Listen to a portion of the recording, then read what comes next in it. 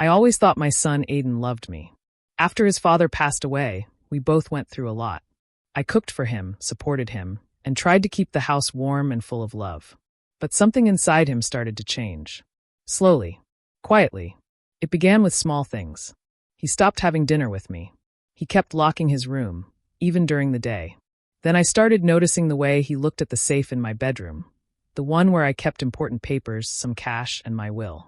I'd catch him staring at it for too long. Once, I even saw him try to open it, pretending he was dusting. But I never said anything. I was his mother. I wanted to believe the best. Until the day he sat me down at the kitchen table and looked me straight in the eyes. "Mom," he said slowly, "you haven't been yourself lately." I blinked. "What do you mean?"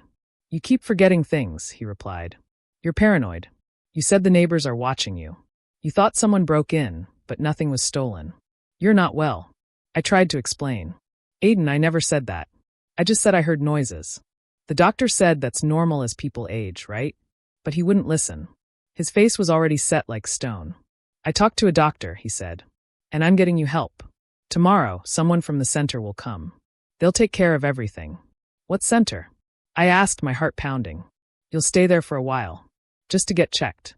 They'll evaluate your memory, your behavior. It's for your own good." I stood up, shaking. "You're sending me away?" "It's temporary," he said coldly. "You need rest. You're not yourself anymore." Something about his voice felt off. It wasn't the tone of a worried son. It was the tone of a man who already made up his mind. That night, I tried to go into his room to talk again. Maybe reason with him. But the door was locked. Through the crack, I heard him talking on the phone. "She's finally out of the way tomorrow." "Yeah. I'll handle the papers next." I froze. "Out of the way? What papers?" I slept with one eye open. The next morning, a van pulled up. A woman and two men from a mental wellness center stepped in. Smiling. Polite. But cold underneath. "We're just going to take you for a checkup, Miss Martha." I looked at Aiden. "Tell them you were wrong," I begged. He looked away. Didn't even say goodbye. "They took my phone. My purse. Even my house keys. They said I'd get them back after the observation period." I sat quietly as the van drove off. But inside, I was screaming. Because I finally understood. This wasn't about concern. This was about control. And it wasn't just my freedom he wanted. It was the house. The will. Everything. And the scariest part? Nobody would believe me now. Not until it was too late. The facility was quiet. Too quiet. From the moment I stepped in, something felt wrong. Everything was white. Cold. Clean, but not comforting. The nurses were polite, but they didn't smile with their eyes. They weren't warm. They were trained to treat people like me like a problem to manage. Like I was broken. I wasn't. But my voice didn't matter here. Aiden made sure of that. They said he had power of attorney. They said he signed the release forms. That he was the responsible family member. And me? I was just the old woman losing her mind. At least, that's what they were told. They took away my phone to keep me from stress. They didn't let me use the internet. I asked for a laptop to read the news. They said it might confuse me. I asked to call my lawyer. They said I was not in a stable condition to make legal decisions. I wasn't even allowed visitors. Every day they gave me pills. Pills that made me sleep. Pills that made my head fuzzy. But I didn't swallow them. I learned to hide them under my tongue, then spit them out when no one was looking. I had to stay sharp, because I knew something was happening back at the house. Something bad. Meanwhile, at the house, Aiden moved fast. He didn't wait even a week. He called my lawyer, Linda Shaw, a woman I had worked with for years. She was smart, loyal, and sharp as a blade. But she was also cautious. She didn't jump to conclusions. Aiden told her I had mentally declined, that I was unfit to manage assets, that I needed to be permanently relocated to the facility, and that he would be handling all financial matters from now on. Then he said something strange. "She wanted me to have everything anyway." Isn't that what the last will says? That sentence set off alarms in Linda's mind. Because the last will didn't say that. 3 months ago, I had secretly updated my will. Why? Because I had started to feel something in my bones. A mother's gut. That Aiden might not be the son I thought he was. I didn't remove him completely, no. But I had added conditions. Strong ones. He wouldn't get a penny unless he could prove he had supported me with love and care through the last years of my life. He had no idea I'd done that. And now, he was about to walk into a trap he didn't even know existed. Back in the facility, I had a plan, but it was risky. Each morning, a nurse named Karen brought my food. She was older than the others. Softer. Her eyes didn't have that cold shine. I noticed she wore a small cross around her neck. So one morning, as she handed me my breakfast tray, I whispered, "Please. I'm not crazy. I need to get a letter to someone outside. To my lawyer." She blinked. "Please," I begged. "My son locked me in here to steal everything from me. I swear on everything I love. If you don't believe me, throw the letter away. But if you do, please deliver it." I showed her my old hospital bracelet that still had Linda's contact info from a surgery years ago. She looked at me for a long time, then nodded. "Hide the letter in your pillow tonight," she whispered. "I'll take it." That night, I wrote everything. The forged documents, the updated will, the safe back home, the warning signs. I signed it. I even included a secret code only Linda and I knew, about an old case we handled years ago. It was the only way she'd know it really came from me. The next morning, Karen was gone. I waited, and waited, for 3 days. I thought maybe I was wrong. Maybe she turned it in. Maybe I made a mistake trusting her. But on the 4th day, everything changed. At Aiden's new home, he had already started redecorating. He ripped out the old rugs, painted the walls, took down my wedding pictures. He replaced the family portraits with minimalist art. It didn't even feel like a home anymore. Just an empty space filled with fake success. He invited friends over, threw wine nights, told people the house was finally his. Until one evening, while sitting on the couch, he got a phone call. He didn't recognize the number, but he answered. "Hello." It was Linda, and she didn't waste time. Her voice was calm, almost too calm. "Funny how you said your mother's unwell," she said. "Because I just received a letter from her. Written clearly. No confusion. No rambling." Aiden stood up. "That can't be. She's not allowed communication." "She found a way," Linda interrupted. "And that letter contains something interesting. Like how you forged her consent. How you claimed she gave you power of attorney. How you tried to fast-track control over her estate." There was silence on the line. "And here's the best part," Linda continued. "She included the updated will. The one you never knew about.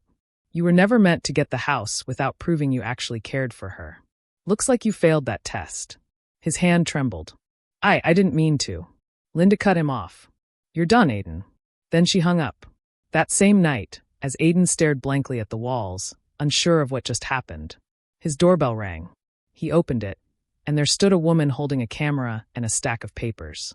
"Mr. Aiden Thompson?" she asked. He nodded. "You've been served. Court order. Fraudulent activity. Elder abuse.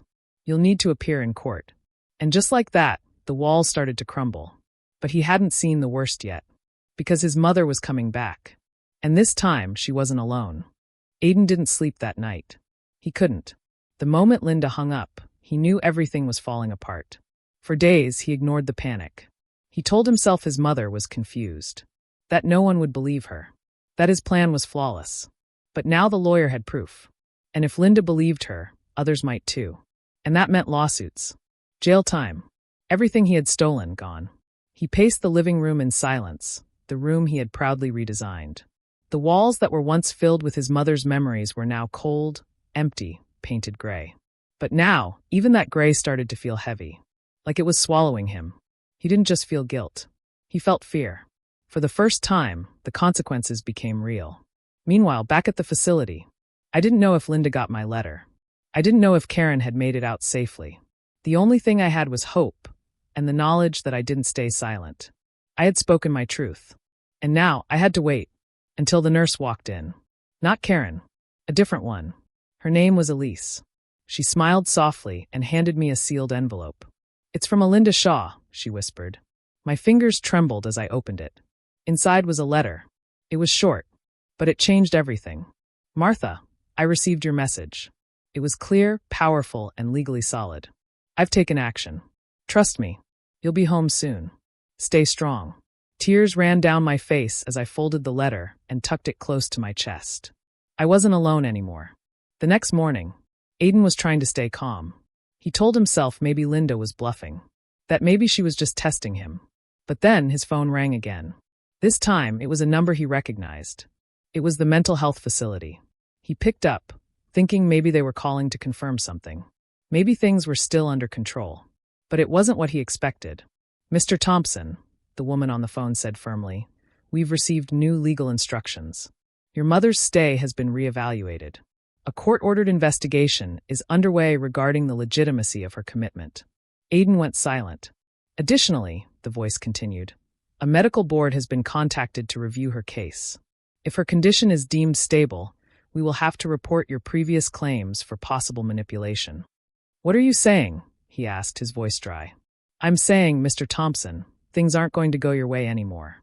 That same evening, Aiden sat in the dining room, staring at a glass of untouched wine. A few of his friends were over, chatting, laughing. But he wasn't present. His mind was racing. He hadn't told them. He couldn't. What would he say? "I committed my mother to steal her house and forged her signature." They thought he was a successful young man who had inherited a property. They didn't know the truth. And just as he was lost in thought, the front door opened. Not knocked. Opened. Everyone turned to look. Standing there was me. Alive. Well, dressed in a sharp coat, hair brushed chin high. And beside me, Linda, holding a black folder. Aiden's face turned white. I stepped forward slowly, letting the silence fill the room. No one said a word. Until I finally spoke. "Funny how you said I was too confused to sign a check," I said softly. "But I made it here just fine." One of his friends awkwardly stood up. "Is everything okay?" "No," Linda replied. "But it will be. Once the police arrive." The fallout began instantly. Linda handed over copies of the forged documents to the investigator, who arrived an hour later. Aiden was pulled aside for questioning. The guests left in silence, whispering. The police didn't arrest him right away, but they made it clear. This was serious. Fraud, forgery, elder abuse, emotional manipulation. The list was long, and every piece of evidence pointed to one person. My son. Later that night, after the house had cleared, Linda and I sat together in the living room, my living room. She looked at me, tears in her eyes. "You were right," she whispered. "He planned everything." I nodded slowly. I knew, but I needed to make sure the world knew too. We didn't talk much after that. We didn't need to. The silence was enough. Because I was home, and the truth was finally louder than the lies. But the story wasn't over yet. Because I had one more decision to make. And it would change Aiden's life forever. One more twist. But for now, I let him sit alone in that cold gray house. The house he tried to steal. Knowing the world was watching him now. And knowing that his mother was no longer his victim. She was the one holding the cards. The police didn't arrest Aiden that night. But they didn't have to, not yet. Because what I had planned next was going to ruin him more completely than a jail cell ever could. This wasn't just about justice anymore. It was about truth. It was about showing him that you don't betray the person who raised you and expect to walk away clean. The morning after I returned home, I walked from room to room. Every photo of me and his father was gone. My old sofa replaced with cold leather. Even the kitchen, where I used to cook Aiden's favorite meals when he was young, had been stripped of warmth. No magnets on the fridge. No spice rack. Just sleek surfaces. It wasn't a home anymore. It was a display. And I didn't want it back. Not like this. So while Aiden scrambled to fix things, calling lawyers, deleting emails, trying to make it all go away, I made one phone call. To someone he never expected. The city's real estate agent. I gave her the address. Told her the entire truth. And said 6 words that made her pause. "List it. For whatever it's worth." "Are you sure?" she asked. "You just got it back." "I'm sure," I said. "I'm not here to reclaim what he tried to steal. I'm here to teach him what it means to lose something forever." But that was only the first move. The second, I contacted the women's shelter my best friend Clara volunteers at. A place that houses abandoned mothers, women escaping abuse, single moms struggling to survive with their kids. I asked them if they needed more space. They said yes. I smiled and told them I had a house for them.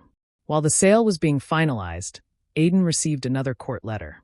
This time, it was about fraud investigation proceedings.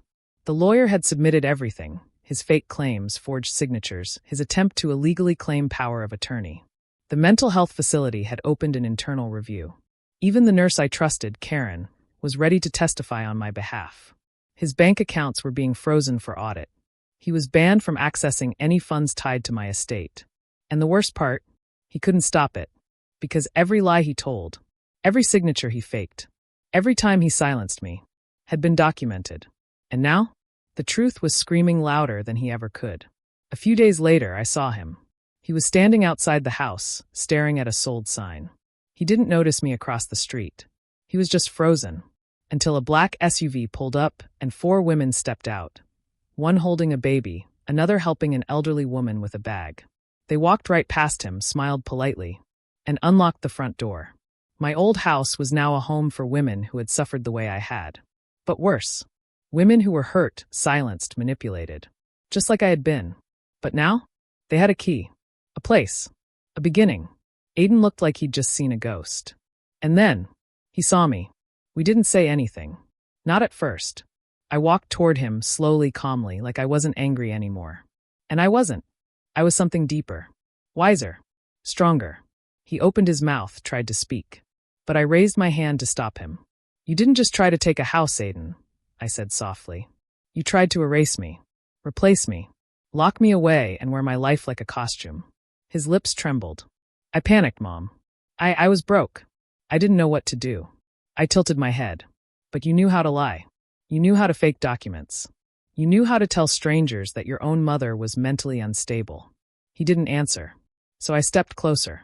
Your father died loving you, I said. And you turned his memory into a business plan. Tears welled up in his eyes. But mine? Mine were dry. Because I had cried enough already. I'm not pressing criminal charges, I said. The state will handle that. He looked up, surprised. You're not. No. I'm not giving you more of my energy. That's my final gift to you, Aiden. He looked around at the house, now filled with voices, laughter, warmth, not his. Why did you sell it? He whispered. You could have just taken it back. I gave a small smile. Because I didn't want to live in a house that smelled like betrayal. Then I turned to leave. But before I did, I reached into my coat pocket and placed something gently in the mailbox.